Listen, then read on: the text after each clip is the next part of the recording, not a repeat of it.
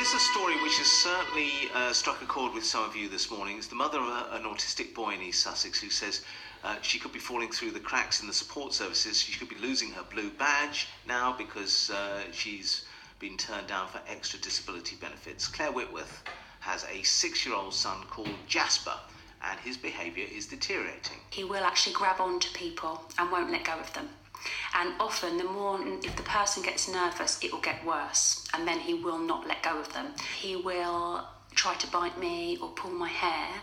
Jasper doesn't really want to socialise with children. He will try and hit them or pull them. So it does make it very difficult where we can go. Right, she's been turned down for a fair bit of support recently, and just now she's been trying to get a higher mobility benefit, but she's been told that Jasper doesn't qualify. She says she's just about coping as it is. I live day to day. You can't look forward too much because you think, what's going to happen now? So you just feel like your head is just above water all the time. Brenda, one of our listeners, who says Jasper's case is dreadful. Why do we have to wait so late?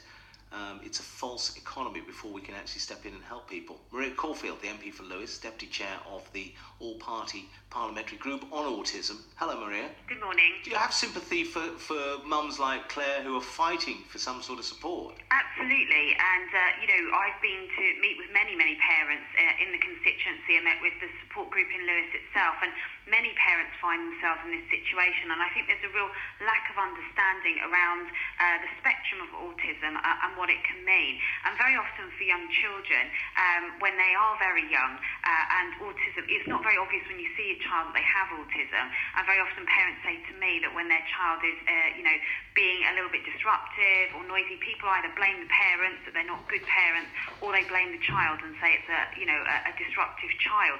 But actually, when they've got autism, these are common occurrences, and the difficulty parents have is trying to get that support.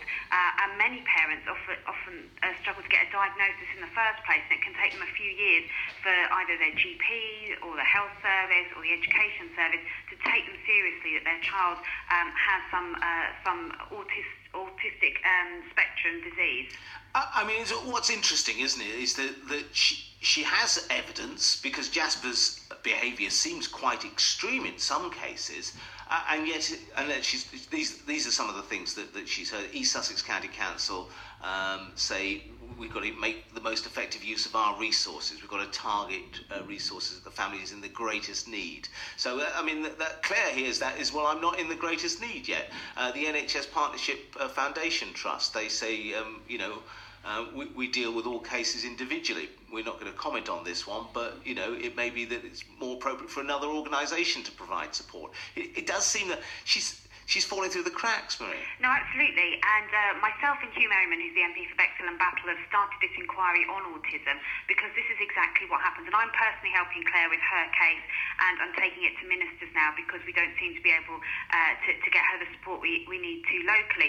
But generally, this is an experience that a lot of parents with children with autism face, and no one seems to take responsibility. I speak to teachers who say they don't have the training to be able to deal with these cases, and I speak to GPs who feel very similar. And so children often do slip through the net because no one really wants to take responsibility. And what happens is that these children, because they're not getting the support they need, get gradually worse. And it's not till they reach a point of crisis, either in school or with their parents not coping, that then someone does step in.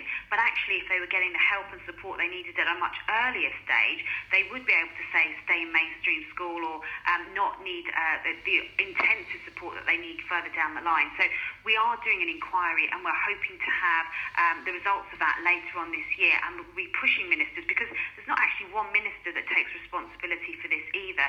There's the education minister, there's the health minister, and autism is not really being taken that seriously, and that's something we really desperately need to address.